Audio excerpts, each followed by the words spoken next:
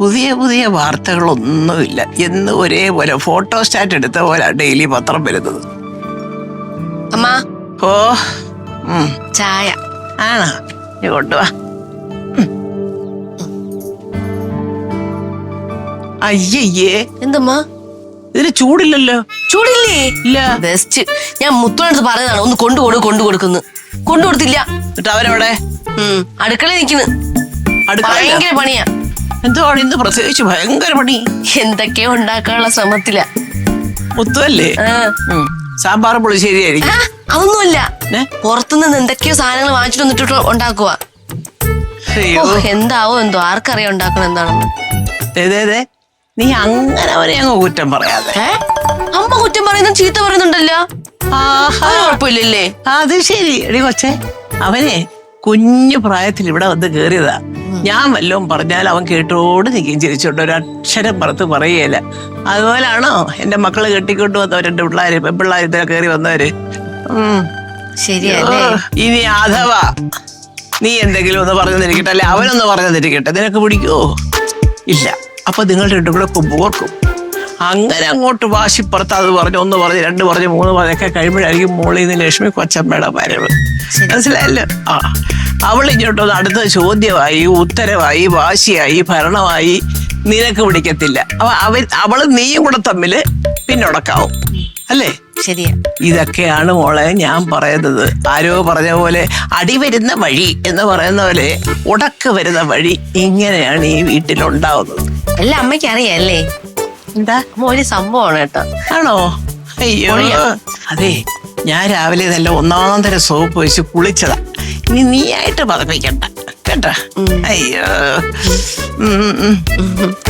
എന്നാ പിന്നെ ആ ചായ എടുത്തോട്ടെ. എടുത്തോ. എനിക്ക് വേണ്ട, അത് തണുത്ത് കൊട്ടിയിരിക്കുന്നു. അവനോട് പറ നല്ലൊരു ചായ ഇട്ട് തരാന്. ഓഫീസിൽ താണല്ലോ. ഹലോ,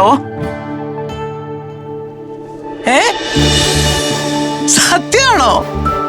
ഓ, വെരി ഗുഡ്, കൺഗ്രാറ്റുലേഷൻസ്. അല്ല, ഓഫീസിലോട്ട് വിളിച്ച് പറഞ്ഞോ? എല്ലാരും അറിഞ്ഞോ? Thank you. നന്നായിരിക്കട്ടെ. Good work. Okay, keep going. ശരി എന്നാ. ഓക്കെ. ആരമ്മ? എന്തോന്ന്? മകളെ, ഒരു സന്തോഷ വർത്തമാനമുണ്ട്. എന്താ? അതായത് ഇക്കൊല്ലത്തെ മികച്ച ബിസിനസ് സ്ഥാപനത്തിനുള്ള അവാർഡ് ചന്ദ്രഹാസൻ കമ്പനിക്കാണ് കിട്ടിയത്. അയ്യോ, സത്യമായിട്ടും? അയ്യോ, ഇതിവിടെയുള്ള എല്ലാരും കേൾക്കുമ്പോൾ ഭയങ്കര സന്തോഷമായിരിക്കുമല്ലേ? പിന്നെ സന്തോഷമല്ലേ? അങ്ങനെ എത്രയോ പ്രാവശ്യം ഇത് കിട്ടിയിരിക്കുന്നു. ഈ പറഞ്ഞതുപോലെ ഇതിപ്പോ ഞാൻ ഈ വീട്ടിൽ വന്നിട്ട് രണ്ടാമത്തെ തവണയല്ലേ അമ്മ കിട്ടണേ? നീ വന്നിട്ട് രണ്ടാം തവണയാ. പക്ഷെ അതിനു മുമ്പ് കുറെ പ്രാവശ്യം കിട്ടിയിട്ടുണ്ട് നമുക്ക്. ആണാ? ഇഷ്ടംപോലെ കിട്ടിയിട്ടുണ്ടോ? കിട്ടിയിട്ടുണ്ട് മക്കളെ.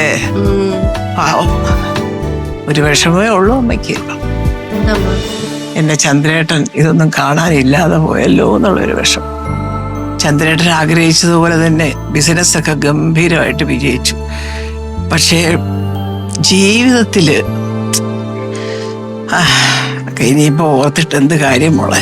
അമ്മ, ഞാൻ കാര്യം ചോദിച്ച സത്യം പറയൂ. നീ ഏതെങ്കിലും ചോദിക്കുമ്പോ ഞാൻ ഇതുവരെ സത്യം പറയാതിരുന്നിട്ടുണ്ടോ? അമ്മ, അമ്മയുടെ ചന്ദ്രേട്ടൻ എന്തെങ്കിലും തിരിച്ചു വരും നമുക്ക് വിശ്വാസം ഉണ്ടോ? വിശ്വാസമുണ്ട് മോളെ. എന്റെ ചന്ദ്രേട്ടൻ എന്തെങ്കിലും തിരിച്ചു വരും, നീ കണ്ടോ? അമ്മ, ഇത് രാവിലെ പോസ്റ്റ്മാൻ കൊണ്ട് തന്നതാ. ഞാൻ ഒപ്പിട്ട് വാങ്ങിച്ചു, പക്ഷെ പറയാൻ മറന്നുപോയി. അത് ശരി. എനിക്കാണോ?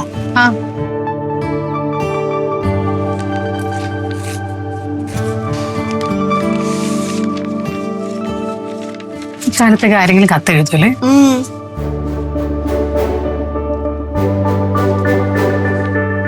നീ ഇപ്പൊ ചോദിച്ചല്ലേ ഉള്ളൂ.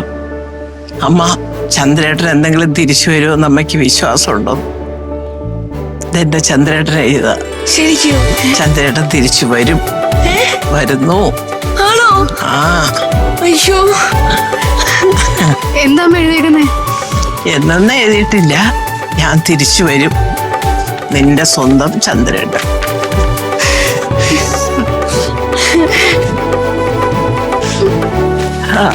ഈശ്വര, ഇപ്പൊ കുറച്ചും കൂടെ സന്തോഷായില്ലേ അമ്മ?